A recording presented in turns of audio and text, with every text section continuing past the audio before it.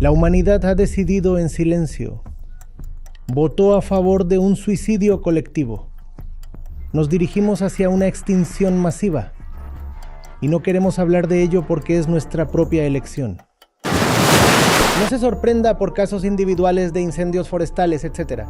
Esto se volverá algo cotidiano, a veces incluso 2 veces al día. Por la mañana en Estados Unidos, por la noche se escucha algo de Francia o Australia.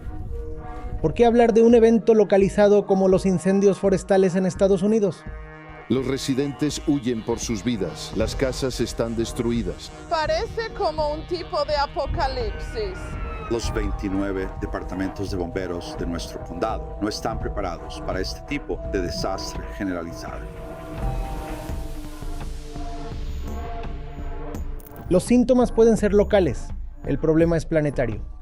Olvídese de enfrentar el problema de manera efectiva. La mayoría de nosotros evitamos siquiera mirarlo. Y esta búsqueda de placer es el incendio forestal que usted está viendo. No puede haber una solución política, legal ni tecnológica para el cambio climático. El cambio climático es la crisis final. Es el final del juego y requiere una solución definitiva.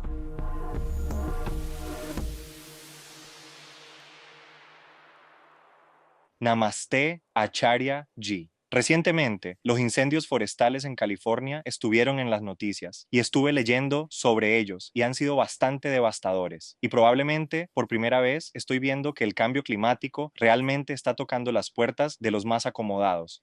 Hasta ahora veo que hay 12,000 viviendas que han sido completamente destruidas. Alrededor de 200,000 personas han sido desplazadas y los daños se estiman en aproximadamente 275,000 millones de dólares.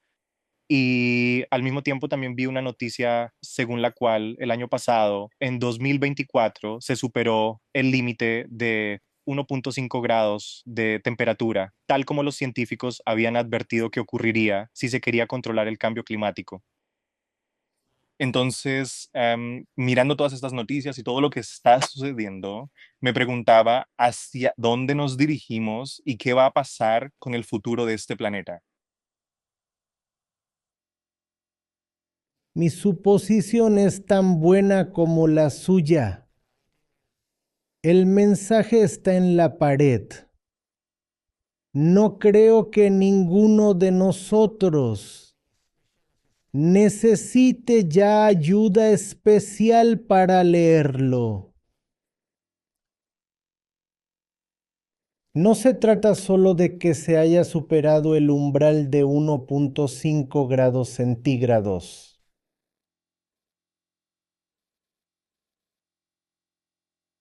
De hecho, van a tardar al menos 1,5 décadas más en admitir oficialmente eso como un patrón climático. 2 o 3 años consecutivos de aumento de la temperatura promedio no son suficientes, según la definición meteorológica, para ser llamados una tendencia. Estadísticamente todavía se puede llamar una excepción, una casualidad. Así que solo para el año 2035 o 40, que se admitirá oficialmente que hemos alcanzado el límite de 1.5 grados. El problema es que no tenemos 15 años más. En algún momento, entre 1.5 grados y 2 grados, como he dicho a menudo, los ciclos de retroalimentación se activan.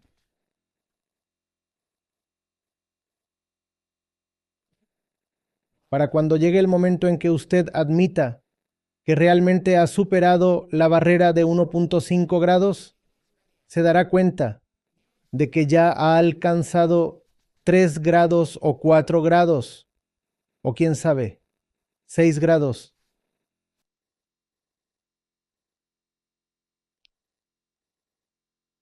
Hay tan poca discusión sobre los ciclos de retroalimentación en el discurso climático. que asombra la inteligencia.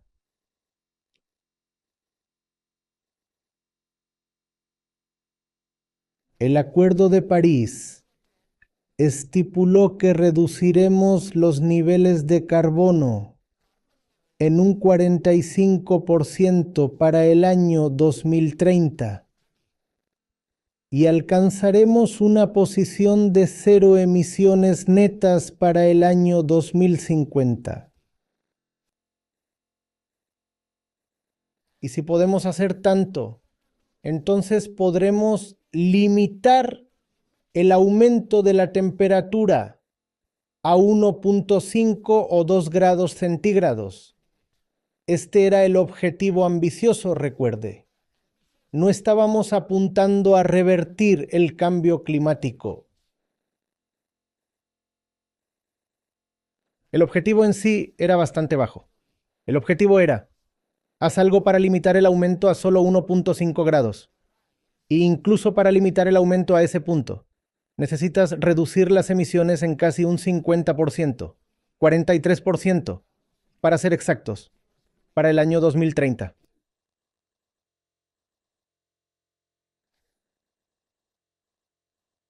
Ahora, si ese es el objetivo macro para 2030, entonces todos los países estaban obligados a presentar sus propios compromisos nacionales.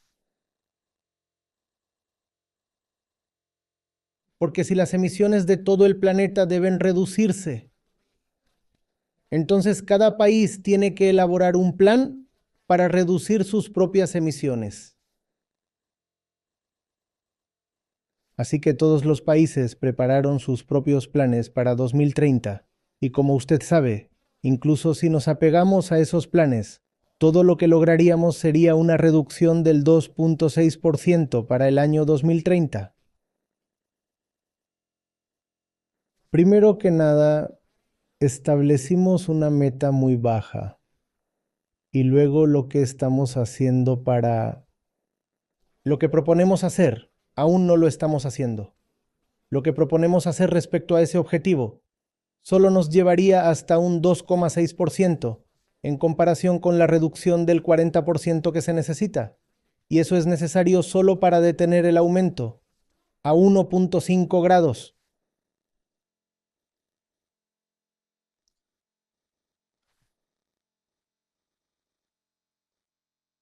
Y de la forma en que estamos hoy, al entrar en el año 2025, estamos listos para superar los niveles de emisión de 2010 y 2019.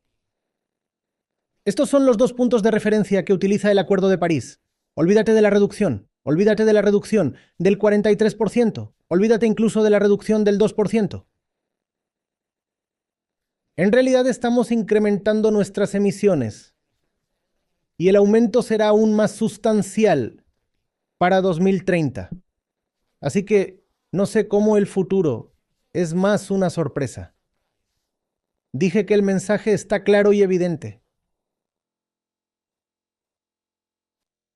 La humanidad ha decidido silenciosamente, votado a favor de un suicidio colectivo.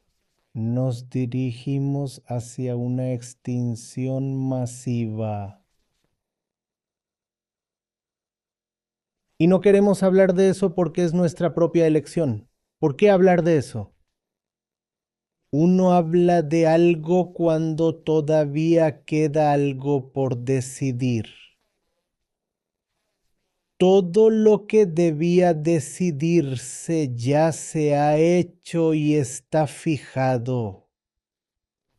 No queda nada sobre lo que pensar.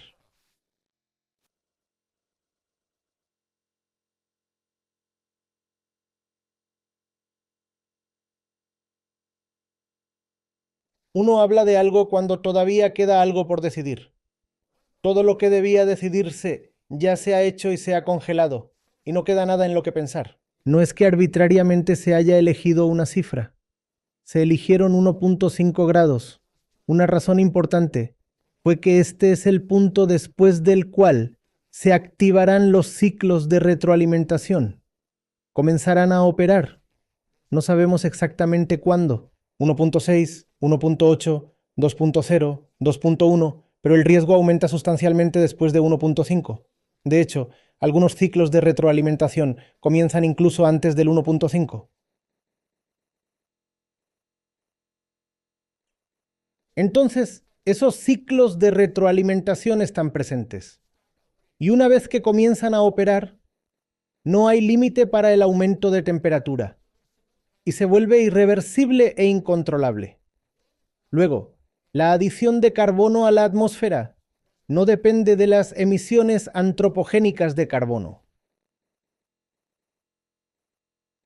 Usted entra en una situación en la que se seguirá añadiendo carbono a la atmósfera, incluso si los seres humanos, a través de sus actividades, ya no emiten nada de carbono. Aún así, el planeta, por sí solo, continuaría liberando carbono a la atmósfera, lo que provocaría un aumento adicional de la temperatura. Hemos llegado a ese punto ahora. Hemos llegado a ese punto ahora. No te sorprendas por instancias individuales de incendios forestales, etc. Estos van a convertirse en eventos diarios, a veces 2 veces al día, una vez en los Estados Unidos. Por la mañana, por la noche, escucha algo de Francia o Australia. ¿Qué son estos ciclos de retroalimentación? He hablado repetidamente sobre ellos porque son las cosas más peligrosas a las que nos enfrentamos hoy en día. Se refieren al hielo, se refieren al agua y se refieren a la madera. Puedes clasificarlos de esta manera, muy simplemente, en 3. ¿Cuáles son los ciclos de retroalimentación relacionados con el hielo? El hielo, por ser de color blanco, refleja muy bien la radiación. Pero cuando el hielo se derrite, deja expuesto el suelo oscuro, piedra o sedimento debajo. Y al ser oscuro absorbe radiación. Como absorbe radiación, su temperatura aumenta. Cuando su temperatura aumenta, más hielo se derrite. Cuando más hielo se derrite, más piedra queda expuesta o suelo. Absorbe más temperatura, más radiación y más hielo se derrite, y de esa manera comienza un ciclo muy problemático y peligroso. De manera similar, el suelo debajo del hielo contiene mucho carbono atrapado y eso ha permanecido históricamente atrapado debajo del hielo. En el Ártico, en la Antártida, en otros glaciares del mundo, incluso en los trópicos, cuando se retira el hielo, entonces el carbono que estaba atrapado en el suelo, bueno, el suelo es materia orgánica, contiene carbono. Ese carbono se libera. A menudo ese carbono no es solo dióxido de carbono, sino metano. ¿Por qué? Porque debajo del hielo no hay suficiente oxígeno disponible. Entonces el carbono no se convierte en dióxido de carbono. En su lugar, hay una reacción anaeróbica que lleva a la formación de metano. Y el potencial de calentamiento global del metano, como sabes, es 80 veces mayor que el del dióxido de carbono. Entonces sabemos de los permafrost. Están más allá del Ártico y la Antártida. El suelo está allí, pero el agua en el suelo permanece congelada. No es como si hubiera una capa de hielo. Está el suelo. Pero las temperaturas son tan bajas que el agua en el suelo, al menos en la capa superior,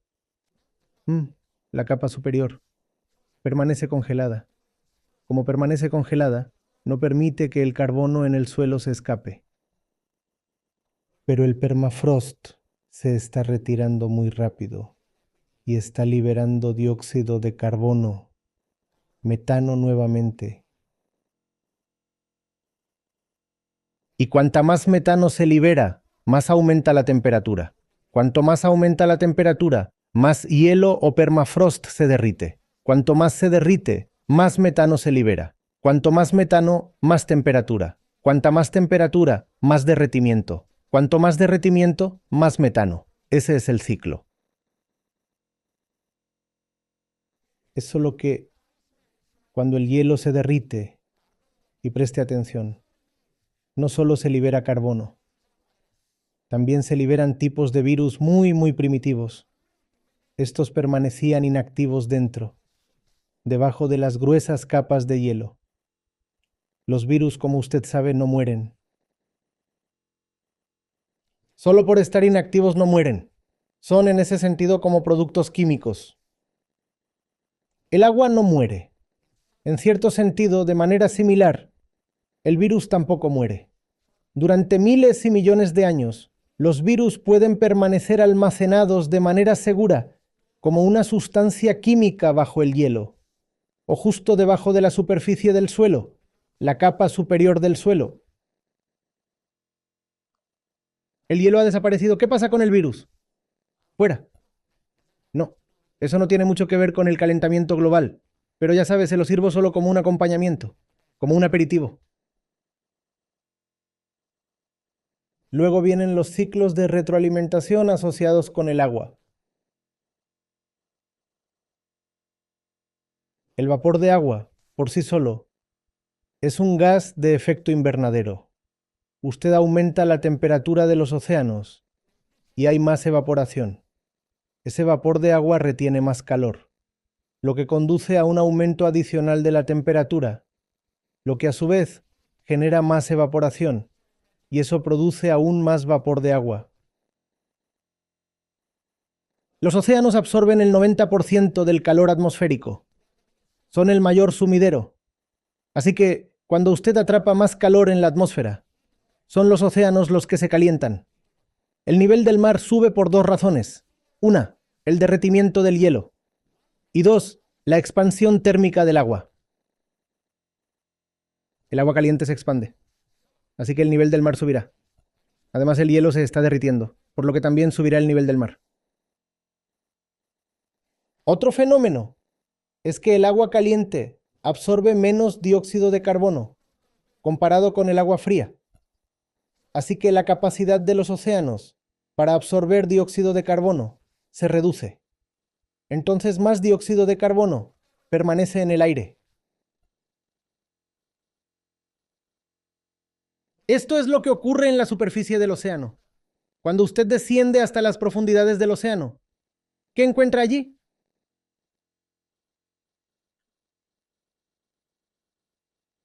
Usted conoce los arrecifes de coral, ¿verdad? Son extremadamente sensibles a la temperatura y tienen una naturaleza orgánica. Cuando la temperatura del mar aumenta, los arrecifes se descomponen. Y cuando se descomponen, ¿qué emiten? De nuevo, dióxido de carbono. Así que una gran cantidad de dióxido de carbono que estaba atrapada en los arrecifes es liberada a la atmósfera.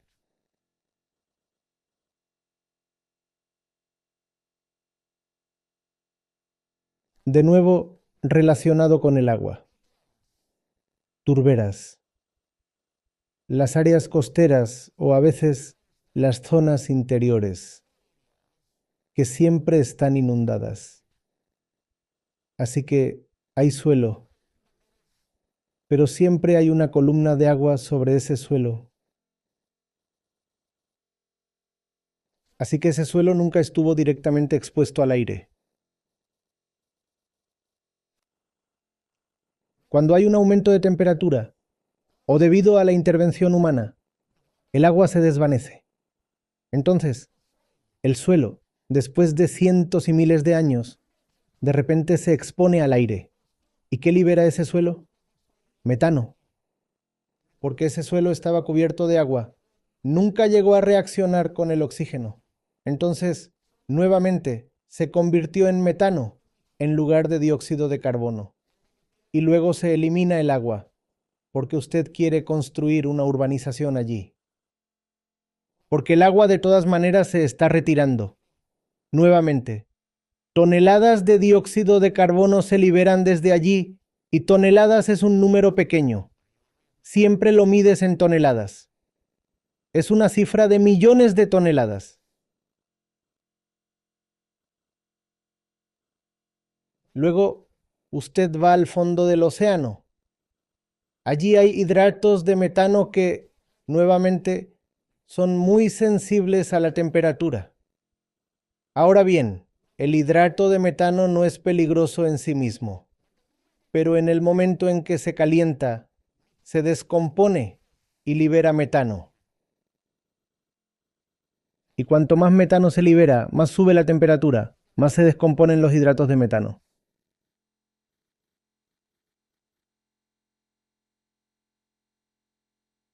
Luego está la madera. Hablamos de hielo, hablamos de agua. Luego está la madera. La madera es algo maravilloso. Los árboles absorben dióxido de carbono y lo convierten en algo extremadamente hermoso, llamado madera.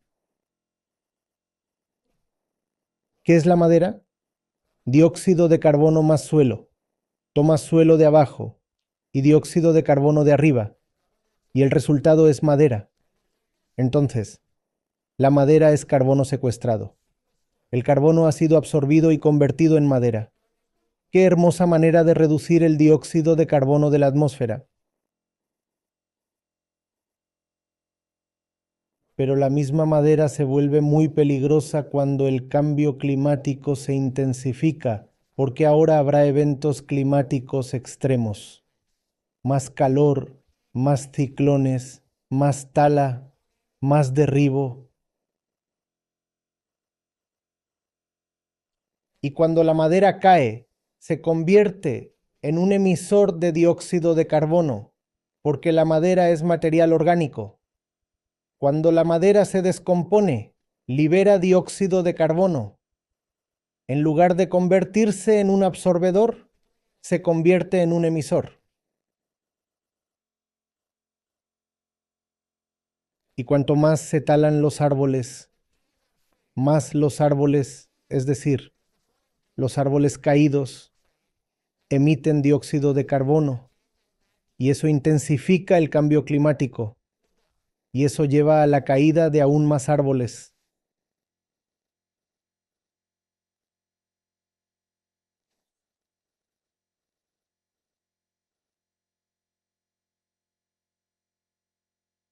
¿Lo está comprendiendo? ¿Por qué hablar de un evento localizado como los incendios forestales en Estados Unidos? Los síntomas pueden ser locales. El problema es planetario.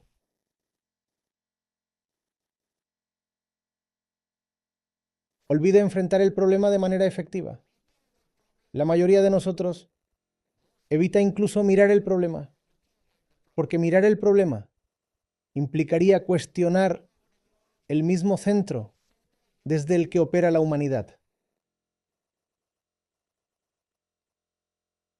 ¿Qué es el carbono? El carbono es el resultado de la filosofía de vida defectuosa que tiene la humanidad. Mientras estemos condicionados, entrenados, educados para creer que existimos para ser felices y que la felicidad es un producto del consumo, habrá emisiones de carbono. A menudo digo, no se trata de emisión, sino de emoción. Quiero decir, cuanto más se nos dice que hay valor en tener experiencias y emociones placenteras, más emisiones habrá. Nuestra felicidad nuestras emociones, esas son las emisiones. Cuanto más próspero es usted, más emite.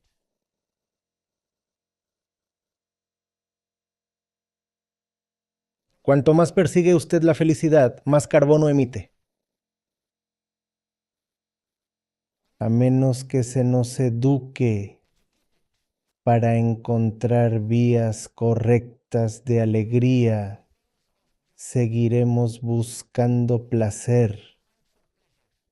Y esta búsqueda de placer es el incendio forestal que usted está viendo. No puede haber una solución política, legal o tecnológica al cambio climático. El cambio climático es la crisis final. Es el final del juego y requiere una solución definitiva, una solución que no puede lograrse con métodos baratos de manipular la materia y crear nuevas tecnologías. Tampoco es algo que los líderes políticos puedan lograr solo con negociaciones y firma de acuerdos. Si usted realmente quiere abordar el cambio climático, tendrá que inculcar sabiduría en los seres humanos. Cuando digo eso, muchas personas lo consideran utópico, poco práctico. Podría ser utópico, podría ser poco práctico, pero esa es la única solución viable. Llámelo poco práctico si quiere, pero eso no ayudaría a su caso. Si suena poco práctico, hágalo práctico. Depende de usted.